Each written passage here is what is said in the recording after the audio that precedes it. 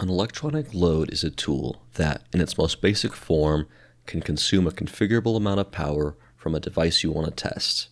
Just like a power supply provides power, an electronic load consumes power. If you wanted to test the performance of a small DC-DC converter module like this one, capable of outputting maybe 20 watts, you might use one of the cheap AliExpress electronic loads. If you wanted to test something that can provide a little bit more power, like this power breaker battery, maybe 200 to 400 watts, you might use something a little bit bigger. But if you want to test a really big power supply, 9,000 watts output, you need a really big electronic load. Modern graphics cards can consume a lot of power. The ATX 3.0 spec allows a GPU to consume 600 watts on average, and up to 3 times that, or 1800 watts for short transients.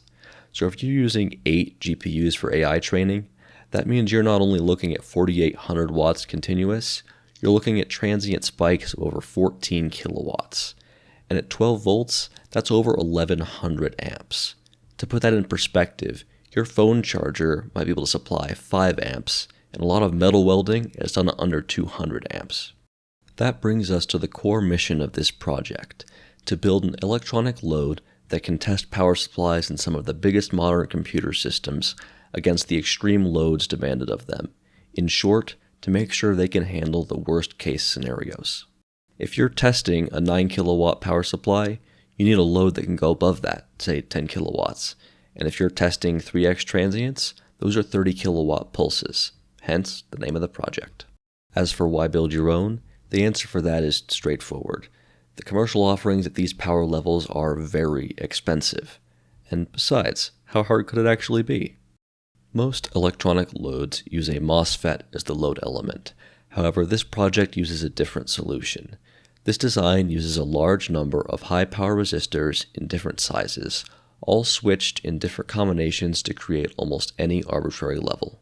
Using power resistors as the load elements is cheaper, they're more stable, they can operate at much higher temperatures so cooling is easier, they're rated to handle 5 times overloads for short periods, and did I mention they're cheaper?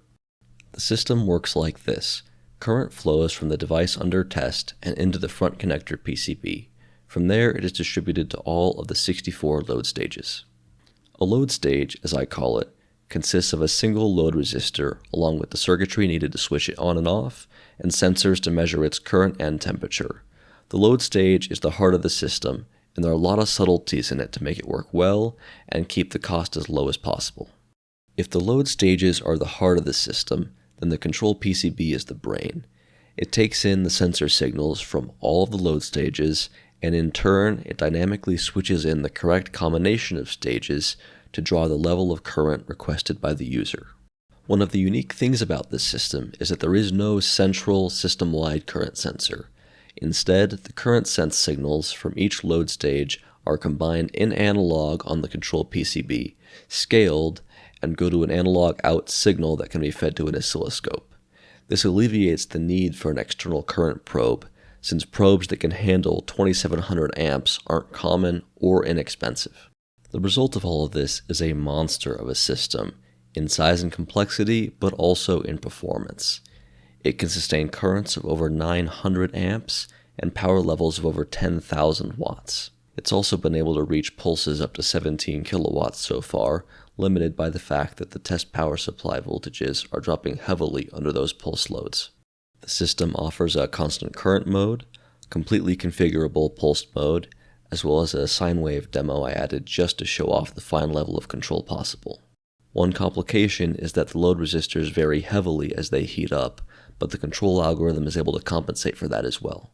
This system pushes the limits of what an electronic load can do. The modular nature of the load stages allows the system to be scaled up or down just by changing their quantity or value. The beauty of the load resistors being binary values is that even with just 8 stages, you can produce 256 different load levels. The design also lends itself well to being adapted for other use cases, like lithium-ion battery bank testing, where you need to handle a lot of current. The design is completely open source, and I'm really interested to hear about other use cases for this type of system.